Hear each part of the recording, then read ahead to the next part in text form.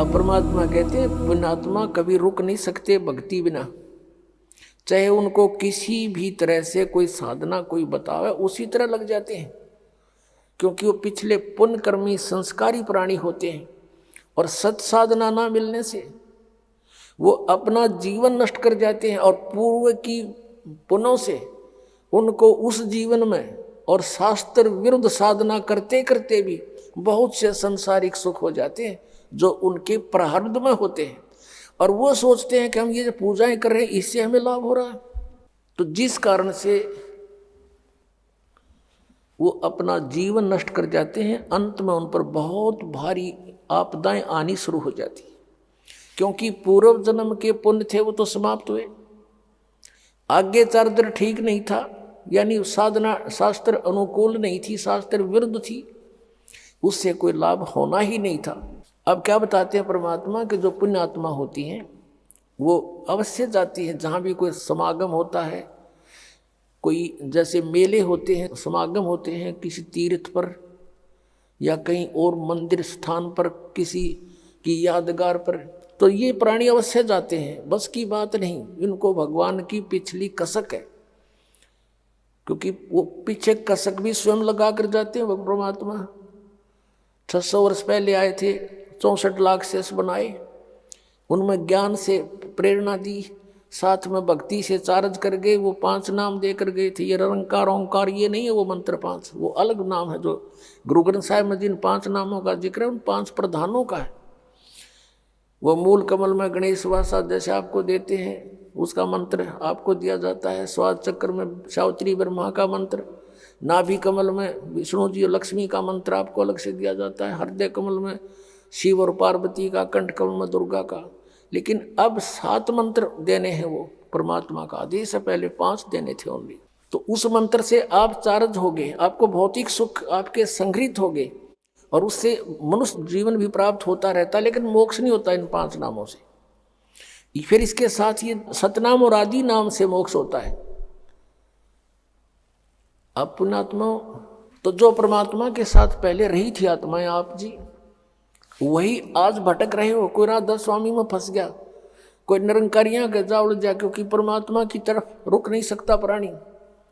और कोई इन हंसा देश वाला के, यानी कोई सतपाल जी महाराज कर, कोई बाल योगेश्वर जो अमेरिका में रहता है, प्रेम सिंह रावत नाम है इसका। और इनका भी थोड़ी सी हिस्ट्री दिखाऊंगा समय रहा तो। ये अनसा देश के पंथ प्रवर्तक श्री, जो इनके पिताजी थे, हंसराज नाम था उनका, उनके 40 साल की साधना के उपरांत उनमें खुद भूत बढ़ गए और उनकी चौराहे पे पूजा करके पीछा छुटवाया उनका। बताओ ये पार होंगे। अब प्रसंग चल रहा है कि जो पुण्यात्मा भक्ति करते हुए पीछे जन्म जन्मांतर से आ रहे हैं वो घूमते हैं। तो क्या बताना चाहते हैं परमात्मा कि मेले ठेले जाइयो, मेले बड़ा मिलापे, पत्थर पानी पूजते, कोई साधु संत मिल जाते। क्या कहना चाहा कि परमात्मा की चाह में लगे रहना, अवश्य भटकते रहना कहीं ना कहीं। और कहते हैं पत्थर पानी पूजते, कोई साधु संत मिल जात। अब साधु संत तो रहे को नहीं, परमात्मा स्वयं आते हैं, उनके द्वारा दिया हुआ ज्ञान एक पुस्तक में लिपिबद्ध करके और उसको प्रकाशित किया गया है।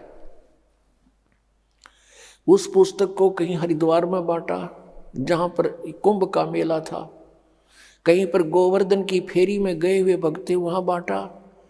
और बांटने जाते हैं तो सब मार मार करते हैं कि ये क्या कहते हैं, ब्रह्मा विष्णु महेश के माता पिता बताते हैं, इनको मारो भगा दो। फिर भी हमारे भक्त जैसे तैसे करके कुछ ना कुछ बीज बो ही आए और उनको पढ़कर वो पुण्यात्मा जो वहाँ भटक रही थी, धक्के खा रही थी परमात्मा की चाह में, अब पढ़ पढ़ कर यहाँ आ रहे हैं। तो उस मेले ठेले जाइयो, मेले बड़ा मिलाप, और पत्थर पानी पूजते कोई साधु संत मिल जाते। अब साधु संत तो रहे नहीं, परमात्मा ने ये तरीका अपना लिया, अपनी चिट्ठी भेज दी। ये पुस्तक तत्वदर्शी संत का काम करती है। तो उसको पढ़कर आप यहाँ आ रहे हो। तो क्या बताते हैं, परमात्मा के पीछे लग जाऊं था मैं लोक वेद के साथ, रास्ते में सतगुरु मिल गए इस सफर में, भगवान भक्ति वाले सफर में। क्योंकि आप जी कोई जय गुरुदेव जी के यहाँ गए हुए थे, कोई राधा स्वामी के, कोई वैसे परंपरागत साधनाएं कर रहे थे, तो इस भक्ति के मार्ग में ये तत्वदर्शी संत मिल गया आपको। अब तत्व ज्ञान रूपी टॉर्च दे दी, अब आप भटक नहीं सकते, आजीवन इस मार्ग पर लगे रहोगे और मोक्ष कराओगे।